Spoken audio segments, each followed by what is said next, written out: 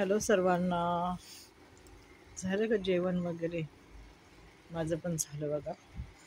फार गरम होते, पंखा लावलेला आहे. तर आज होता उत्तम शुक्रवार म्हणजे गुड फ्रायडे. आज सर्वांना उपवास असतो, शेवटचा उपवास सर्वजण धरतात. जे लोक गोळ्या वगैरे खातात ते नाही धरत, पण चांगले जे असतात ते सर्वजण उपवास धरतात. देवाने आपल्यासाठी वधस्तंभावर खूप त्रास सहन केला आणि त्याच्या त्रासाला म्हणजे त्याच्या इतका त्रास तर आपण कधीच सहन करू शकणार नाही आयुष्यामध्ये, एवढं मात्र खरं आहे. देवाचा आतोनात छळ झाला, त्रास सहन करावा लागला, म्हणून तर तो देव झाला ना. ओके, तर असंच आहे बघा. आज आमच्या पालकांनी ना खूप छान उपदेश केला, चांगलं सांगितलं की आईविषयी देवाने सांगितलं. देवाने एक उद्गार काढलेला आहे 7 उद्गारापैकी. तर तो म्हणाला आहे, बाई पहा हा तुझा पुत्र आणि पुत्रा पहा ही तुझी आई. देवाने आपल्या आईची फार काळजी घेतली आणि त्याने वधस्तंभावर असताना देखील तो आपल्या म्हणजे योहानाला म्हणाला की पहा ही तुझी आई आणि हा तुझा पुत्र.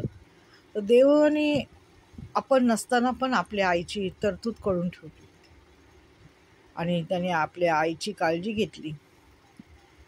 तर बायबलमध्ये हा जो उद्गार आहे ना देवाने काढलेला की पहा ही तुझी आई आणि पुत्रा पहा हा तुझा पुत्र आणि पहा ही तुझी आई, हे फार मोठं आहे. समाजामध्ये आईला दिवसेंदिवस महत्त्व कमी होत चाललेलं आहे आणि जशी जशी आई म्हातारी होते तसं तिचं महत्त्व मुलांना कमी होत राहतं, एवढं मात्र खरं आहे. परंतु देवाने आपल्या आईची काळजी घेतली. त्याला माहिती होतं की आपण आता ह्या जगात नाही आहे, त्यामुळं त्याने आपल्या योहाना नावाच्या एका सेवकावर किंवा नातलगावर त्याच्या आईची जबाबदारी सोपवली.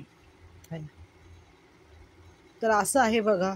आणि देवाचा अजून एक उद्गार आहे की देवा ह्यांना क्षमा कर.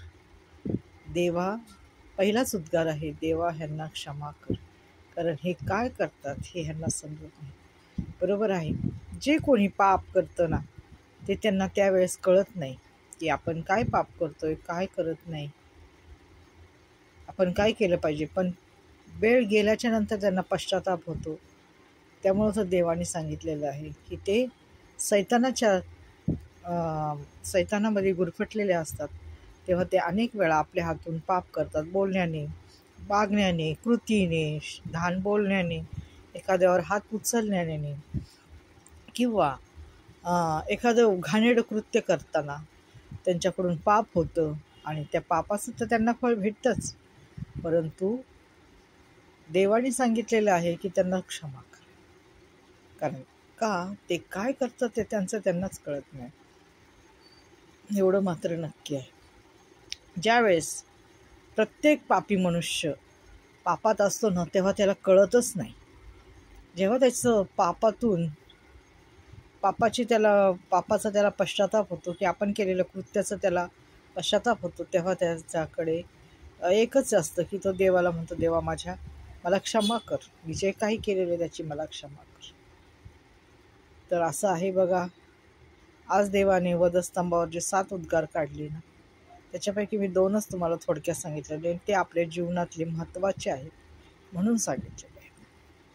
ओके, तर फार महत्त्व आहे आजच्या 7 उद्गाराला आणि वधस्तंभावरच्या देवाच्या बलिदानाला. असं आहे बघा. तर ख्रिस्ती धर्मामध्ये उत्तम शुक्रवार गुड फ्रायडेला फार महत्त्व आहे. त्यामुळं सर्व लोक अत्यंत धार्मिकपणे गुड फ्रायडे हा साजरा करतात म्हणजे त्याचा हे करतात, चर्चमध्ये जाऊन भक्ती करतात आणि आपल्या पापाची, प्रत्येक पापी मनुष्य आहे जगातला तो देवाजवळ नतमस्तक होतो आणि देवाला म्हणतो, देवा माझ्याकडून जेच झालं असेल पाप त्याची तू क्षमा कर, कारण का मी जन्मताच पापी आहे. तर असं आहे बघा ख्रिस्ती जीवन. ख्रिस्ती जीवनामध्ये खूप नियम आहेत, परंतु लोक पाळत नाहीत. आपापल्या योग्यतेने ते नियम त्यांनी हे केलेले आहेत की नाही, देवाने असं नाही सांगितलं मग देवाने असं सांगितलं, म्हणजे त्यांना जे पटतात ना तेच ते करतात. कठीण नियम ते अंमलात आणत नाहीत, एवढं मात्र खरं आहे. धन्यवाद.